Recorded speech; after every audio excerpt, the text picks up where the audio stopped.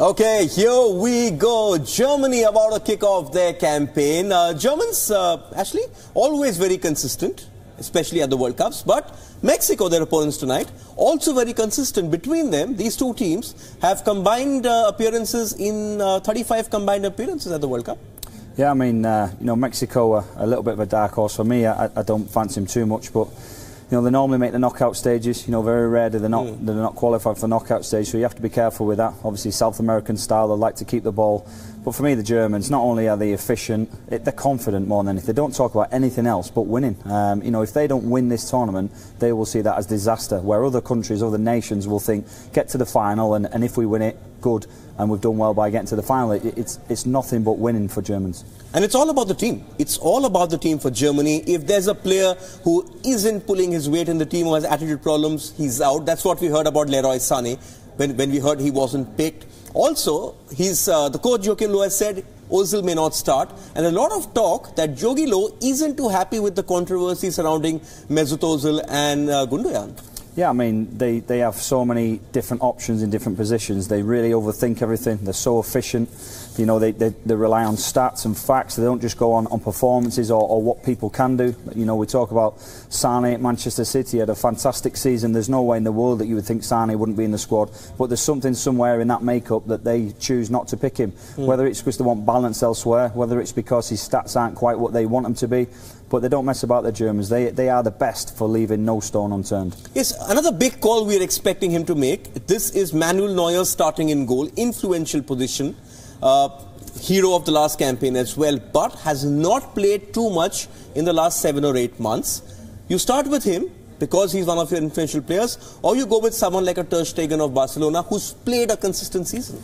I think it's just the characteristics that Neuer brings. Also, we know how well he sweeps up. He's like an extra defender, if you like. Any ball over the top, he reads it so well. He's so aggressive with his starting positions. Sometimes you'll see him 20, 30 yards outside his box, sweeping up. And I think he just gives you the confidence booster.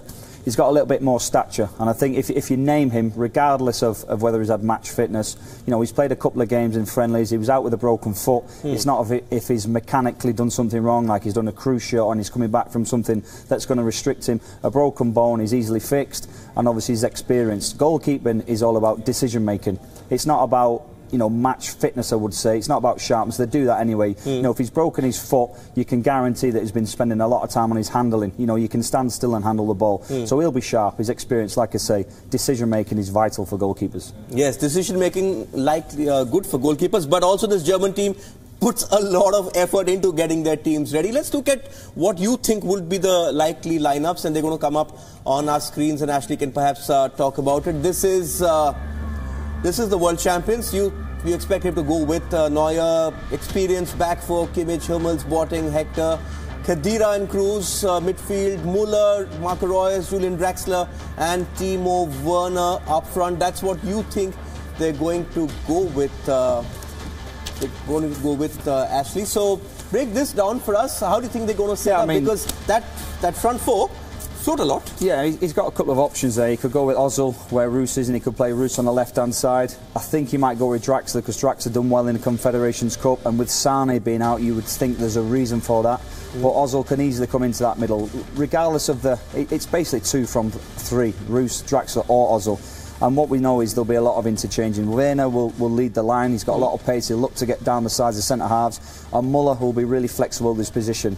He's kind of a centre forward, but he's not. But so efficient are the German side, they don't really have a recognised centre forward, and they don't need one because they get multiple goals from everywhere. If you look at them in qualifying, I think they won all 10 games, and then all of a sudden they scored, I think, plus 39 goal difference in 10 games. They won every game, and in that group there was Northern Ireland. There was no mugs in that group. They had some really decent performances. Czech Republic as well was in the group. So we think Germany will start in a 4-2-3-1.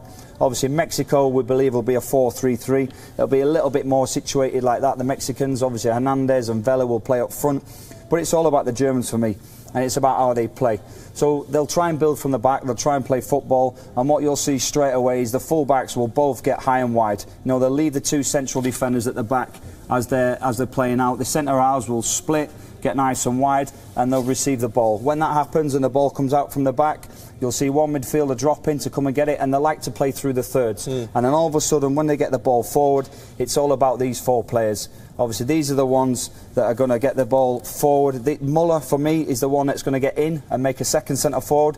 So if we see the ball on this side at times, you know for a fact that Muller's going to get himself into these kind of positions and get across defenders and get goals. Also, the whole man is vitally important.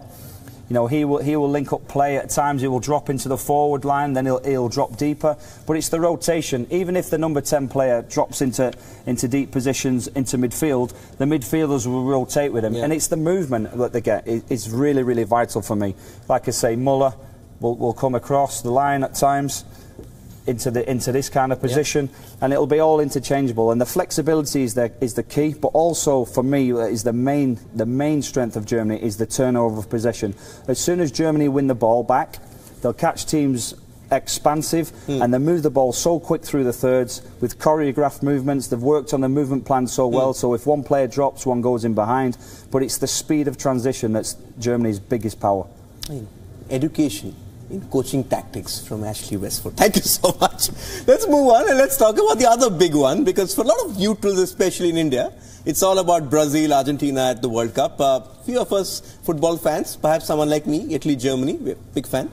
But Brazil coming up, big moment for them. The history, the passion, the flair. You expect that arena to be crowded with fans completely expecting the team to play Joga Bonito, beautiful football. Yeah, I mean, with Brazil, they were so bad in 2014. You know, they're at the home stadium, if you like, as well. They got almost embarrassed. And the change of coach, they've still got 3/4 of that squad have made this squad. So there's not been a massive change in personnel. What there has been is the change in coach. So Tite's come in, more of a Brazilian style, freedom to play, freedom to express, and he's got those players that like to do that. Your Neymars, your Jesuses, Coutinho's, Firmino's, they're players that just like to play with no restrictions, really. And I think that's what the coaches give them. So what we'll see is you know, a really energetic, you know, flair, like you'd associate with Brazil of the 80s. You know, a team that love to play football and like to do all the tricks, all the flamboyant play, and that's what we're going to see. And also, you know, I'm just going back to that defeat in the semi-finals. There's all this talk about Neymar, missed the match, perhaps cost them, you know, they're not ready mentally. But again, ahead of this game, not exactly as big a game as that one, but ahead of this game, talk that he's not 100% fit, may not start. I could be nasty and say this, Neymar is having his Mo Salah moment of this World Cup. But you think, fit or not, he should start? I think Neymar will start. I'm sure he'll be fit enough to start. You know, I've watched quite a few clips recently of them in and around their training camps, and the spirit seems fantastic. They always seem to be messing around, whether it's some eggs thrown. Yeah, I've seen throwing eggs, flowers, messing about. I think Marcelo on the left-hand side and Neymar, they seem inseparable. Even off the pitch, you see them, they're always together. I see a clip the other day of Neymar walking the stadium and he's checking his shoulder to see where Marcelo is, and as Marcelo walks in, he comes out of his comfort zone. So I think that there's a lot of team spirit there, and it's because there's big expectation. I think they believe they're going to do something serious.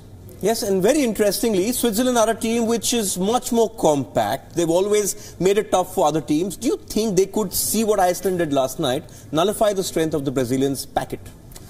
I don't rate this, and they're ranked quite good, but they haven't got a good striker.